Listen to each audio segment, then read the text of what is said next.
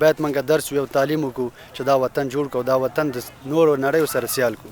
زمونږه ویاړ زمونږه ناز زمونږ دا ټولو دی آواز. صدیقي صاحب اوسنی امنیتي اوضاع څنګه ارزوئ؟ الحمدلله نسبت پخوا ته امنیتي وضعیت اوس ډېر ښه دی، ځکه پخوا به داسې و چې په هر چوک کې به بېل حکومت و بېله پاچاهي به و او د زور کارونه به و، په یو چوک کې به وروره یو صاحب و، په بل چوک کې به بل صاحب و. اوس هغه صاحبان د منځه تللي، الحمدلله یو حکومت دی، یو نظام دی، اوس پخوا نه نسبتا ډېر ښه دی.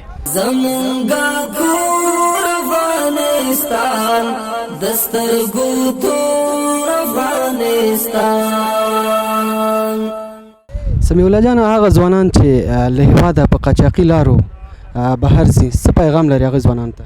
زما پیغام خو د یو ځوان په صفت باندې هغوی ته دا دی چې دوی هیڅکله هم خپل دغه ژوند په خطر کې ونه اچوي او خپل دغه واقعا په دې لاره چې دوی ځي سخت تکالیف مشکلاتو سره مخامخېږي او په ضمن د دې کې حتی تر دې چې دوی د مرګ سبب ګرځي. زمونږه ویاړ زمونږه ناز زمونږ دا ټولو دی آواز.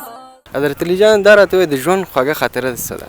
والا د ژوند خوږه خاطره همدا ده، اوس آزاد ګرځو، آزاد سفر کوو، ځو راځو، امن او امنیت ده، ډار نسته، سړی آزاد ګرځي. دلته پارک ته راغلي یو چکر ویو، دې نه نور موږ کومه خوشحالي وغواړو. زمونږه کور افغانستان د سترګو تور افغانستان.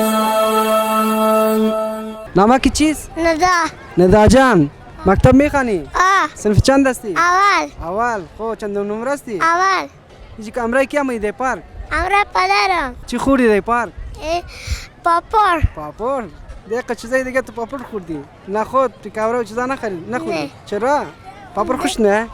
لنن غیرات نه جوړه خاوره دا ټاټو باید